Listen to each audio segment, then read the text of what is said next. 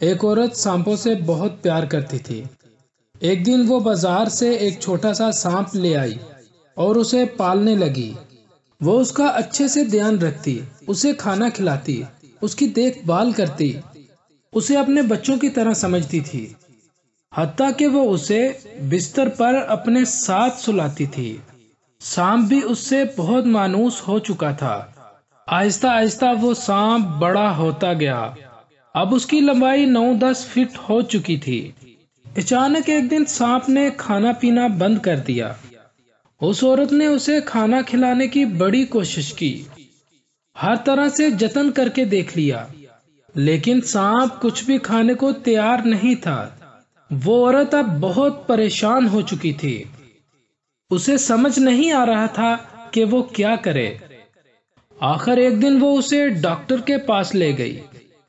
Doctor نے اس کی بات توجہ سے سنی، سانپ کا معائنہ کیا اور پھر سوال کیا، آپ نے بتایا ہے کہ آپ سانپ کو بستر پر اپنے ساتھ سلاتی تھی، تو کیا سانپ آپ کے جسم کے بے حد قریب ہوتا تھا؟ عورت نے کہا، جی ڈاکٹر صاحب۔ اچھا، تو جب سے سانپ نے کھانا پینا چھوڑا ہوا ہے تو کیا یہ آپ کے جسم کے قریب لیٹ کر اپنے جسم کو اکڑاتا تھا؟ ڈاکٹر صاحب نے سوال کیا۔ جی ڈاکٹر صاحب، یہ بالکل ایسا ہی کرتا تھا۔ رات کو اکثر میں محسوس کرتی تھی کہ اس کا جسم سخت اور اکڑا ہوا ہے، اور ایسا پہلے کبھی نہیں ہوا۔ اسی بات کو لے کر تو میں بہت پریشان ہوں، مجھے لگتا ہے کہ یہ بیمار ہو گیا ہے۔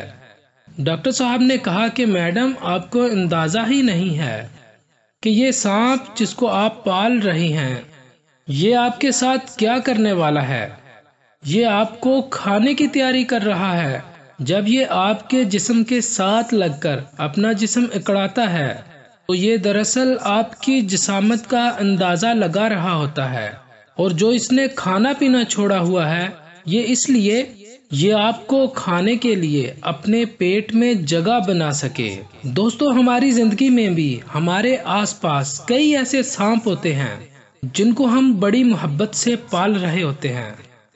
دوستو، ہماری زندگی میں بھی ہمارے آس پاس کئی ایسے لوگ ہوتے ہیں، کئی ایسے سانپ ہوتے ہیں جن کو ہم بڑی محبت سے پال رہے ہوتے ہیں، جنہیں دودھ پلا رہے ہوتے ہیں، جن کے لیے ہم پریشان ہوتے ہیں، اور ہمیں خبر ہی نہیں ہوتی، پتہ ہی نہیں ہوتا کہ وہ تو اندر ہی اندر ہمیں نقصان پہنچانے کا سوچ رہے ہوتے ہیں۔ دوستو، اپنے آس پاس رہنے والے سانپوں سے خبردار رہیے، انہیں پہچانیے۔ جو لوگ آپ کے آس پاس ہیں، آپ کے انتہائی قریب ہیں، آپ کے دل میں ان کی بڑی محبت کی جگہ ہے، لیکن ضروری نہیں کہ وہ بھی آپ کے بارے میں ایسا ہی سوچتے ہیں۔ ضروری نہیں کہ آپ کے قریب موجود سب لوگ آپ کے ہمدرد ہیں، آپ سے مخلص ہیں۔